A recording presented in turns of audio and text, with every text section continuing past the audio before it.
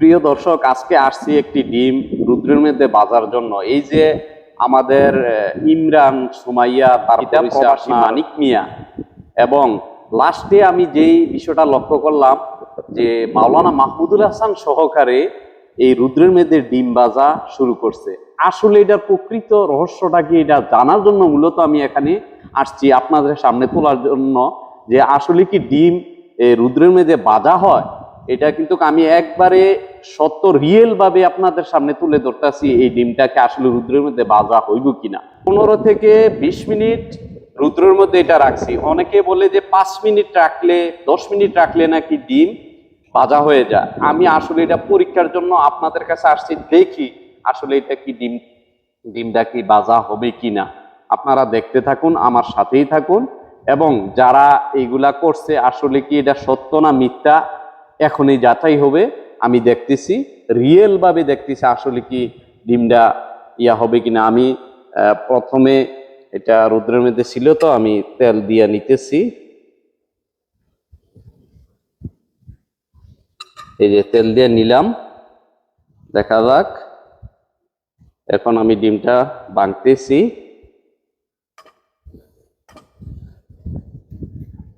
আজকে রৌদ্রের তাপমাত্রা কিন্তু প্রায় 38-39, ভালো একটা তাপমাত্রা বলতে গেলে। এই যে ডিমটা দিলাম, দেখি রৌদ্রের মধ্যে আসলে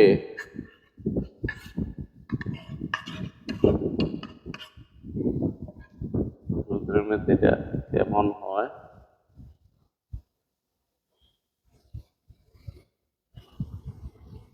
এই যে দর্শক, অনেকেরই দেখছি সাথে সাথে ডিম হিয়া হয়ে যায়, কিন্তু 20 মিনিট হবে আমি রৌদ্রের মধ্যে রাখছি। ইয়ার মধ্যে এই ডান্ডাটা সহকারে হাত দেওয়া যায় না, এত রৌদ্রে গরম। তারপরও ডিমটা দেখা যাক। আমি 5 মিনিট পরে আবার আপনাদের সামনে নিয়ে আসতেছি। এই যে দর্শক, এই যে দেখেন রৌদ্রের দিকে তাকানো যায় না, এক কথা তাকানো যায় না, প্রচন্ড রৌদ্র চারিদিকে। এই যে রুদ্র আর রুদ্র, পুরা কুমিল্লা শহরটা আপনাদের সামনে তুলে ধরতেছি। এই যে দেখেন রুদ্রে খা খা করতেছে চারিদিকে রুদ্র, অনেক তাপমাত্রা আজকে, বাতাস নাই বললেই চলে। রুদ্র আর রুদ্র, চারিদিকে রুদ্র। এই যে 5 মিনিট হয়েছে, তারপরও দেখেন ডিমটা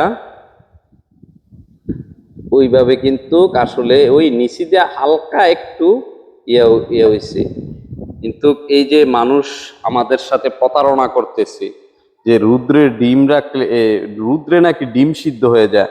আমি 20 মিনিট প্রায় কড়াইটা রুদ্রের মধ্যে রাখছি, তারপরে আপনার ডিমটা রাখছি 5 থেকে 6 মিনিট, তারপরেও কি ডিম ওইভাবে হয় না। আসলে এটা একটা, আমি মনে করি এটা একটা প্রতারণার জাল, আর কিছুই না দর্শক। সত্যিকার অর্থে 3-4 ঘন্টা রাখলে বা 2 ঘন্টা রাখলে গিয়া বোঝা যাবে ডিমটা আসলে সিদ্ধ হয় কিনা।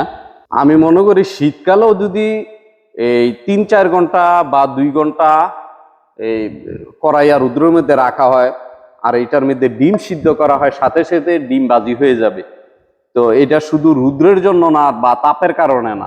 আপনারা যারা ভিডিও দেখেন আসলে এটা রিয়েল না। আমি মনে করি এটা প্রকৃতপক্ষে হচ্ছে আপনার এই কড়াইয়াটা আগে তারা হয়তোবা চুলার মধ্যে গরম করে আনা আমাদের সাথে, দর্শকদের সাথে প্রতারণা করে। সেই প্রতারণাটার ইয়াটা প্রকৃত রহস্যটা দেখার জন্যই আমি কিন্তু আপনাদের সামনে তুলে ধরতেছি। আসলে আমরা যা দেখি ভিডিওতে, বাস্তবে আসলে বাস্তবের সাথে এটার কোনো সামঞ্জস্য নাই।